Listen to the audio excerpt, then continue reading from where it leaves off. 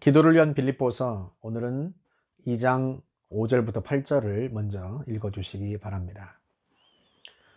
공동체가 하나 된다는 것, 그것보다 더 중요한 일이 어디 있겠습니까? 이 사회의 기초 공동체인 가정도 마찬가지입니다. 가정에서 부부가 하나 되는 것보다 더 중요한 일이 어디 있을까요? 교회를 개척한 지 벌써 10년이 되었습니다만 사실은 그 10년 동안 아이들을 제대로 돌보지를 못했습니다. 그런데도 불구하고 아이들이 잘 커준 것이 얼마나 감사한지 모릅니다. 학교 학부모 모임에 한번 가본 적도 없고 또 선생님을 찾아가 뵌 적도 별로 없고 또 사실은요, 가족끼리 여행 간 적도 거의 없습니다. 오죽하면 막내 아들의 소원이 가족끼리만 여행 가는 것이었겠습니까? 그렇게 저희는 아이들을 잘 돌보지 못했음에도 불구하고 아이들은요, 저희들의 목회를 꽤 많이 도와주었습니다. 부모를 따라 함께 오는 아이들을 우리 자녀들이 얼마나 잘 돌봐줬는지 모릅니다. 지금도 큰아들은 아동부에서 설교를 하고 또 청년부에서 찬양 인도를 합니다. 둘째 딸 역시도 아동부 교사를 하고 또 청년부 리더를 합니다. 막내 아들 역시도 마치 자기가 아동부의 돌보미인 것처럼 아동부 아이들을 얼마나 잘 돌보고 놀아주는지 모릅니다. 가끔은 우리 아이들이 이렇게 우리의 사역을 잘 도와주고 우리와 하나 된 것에 대해서 우리 부부가 하나 되었기 때문이 아닐까 하는 교만한 생각도 하기도 합니다. 실제로 저희 부부가 뭐 대단한 인고 부부는 아닙니다만 그래도 늘 마음은 하나였습니다. 크게 다툰 적 없고 또 세상에 누리는 것에 대해서 별 관심이 없는 것도 같고 또 교회와 성도들을 사랑하고 염려하는 것도 같고 그리고 말과 행동이 크게 다르지 않고 그렇게 우리 부부가 하나 되었기 때문에 우리 아이들이 자연스럽게 우리와 하나 되어서 교회 사역을 도와주었던 것은 아닐까. 사실 교회에서도 목사와 장로님들, 리더들이 하나 된다면 또 성도와 성도들의 마음이 하나 된다면 주님께서 그 교회 공동체를 통해서 못하실 일이 뭐가 있겠습니까? 그러다 보니 바울은 이 하나됨에 대한 말씀을 제법 길게 합니다. 지난 시간에는 하나 되기 위해서 삼가야 할 것과 또 힘써야 할 것에 대해서 말씀을 나눴습니다만 오늘은 이어서요, 그 하나됨의 모델에 대한 이야기를 합니다. 하나됨의 모델은요, 단연 우리 주 예수 그리스도이십니다. 하나 되기를 힘쓰는 성도들아, 너희가 곧 이 마음을 품어라. 그리스도 예수의 마음을 품어라.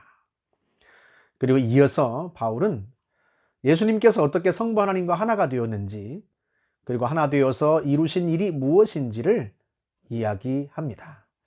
6절에서 8절 말씀을 제가 다시 한번 읽어드리도록 하겠습니다.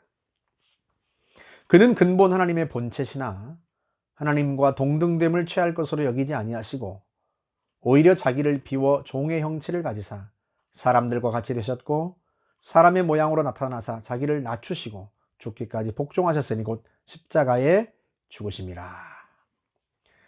주님이 인간의 몸으로 이 땅에 오실 수 있었던 것은요, 자기를 비우셨기 때문입니다.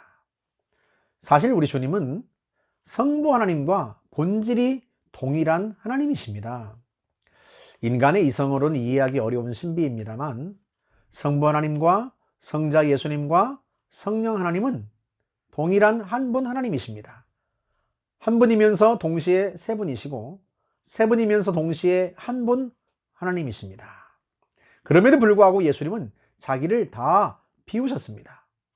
자신의 지위, 자신의 권세, 자신의 영광, 그 모든 걸 비우셨습니다. 그리고 피조물이 되셨습니다.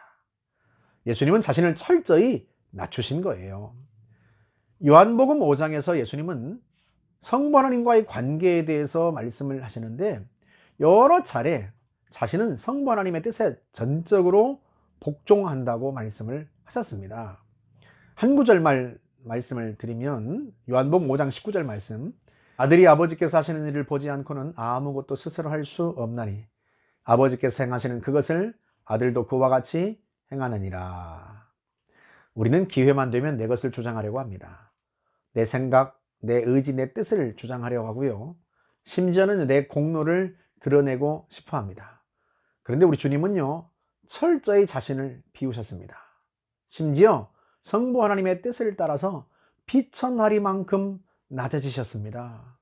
그래서 십자가 위에서 온갖 치욕과 고통을 담당하셨습니다. 죽기까지 복종하셨으니 곧 십자가에 죽으심이라. 주님은 그렇게 저주의 자리까지 낮아지심으로써 저주 아래에 있던 우리와도 하나 되신 겁니다.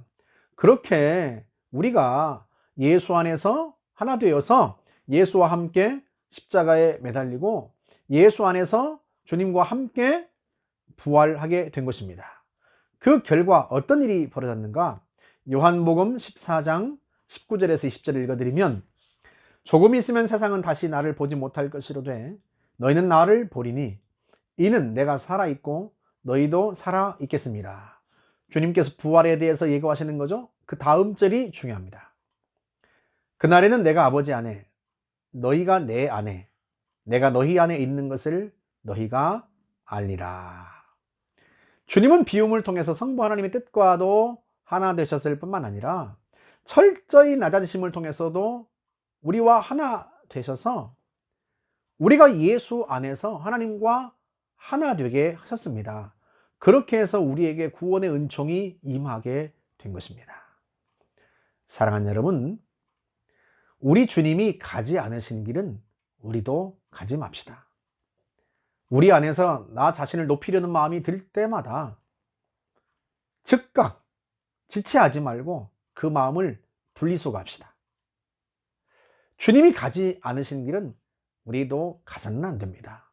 그리고 주님의 뜻에 반하는 길은 눈길도 주어서는 안 됩니다. 대신 주님이 가신 길은 우리도 따라갑시다. 주님이 자신을 낮추셨듯이 우리도 자신을 철저히 낮추고 성부 하나님의 뜻에 하나 되었듯이 우리도 성부 하나님의 뜻에 순복하여 하나 됩시다. 주님은 우리가 따라야 할 모델이십니다.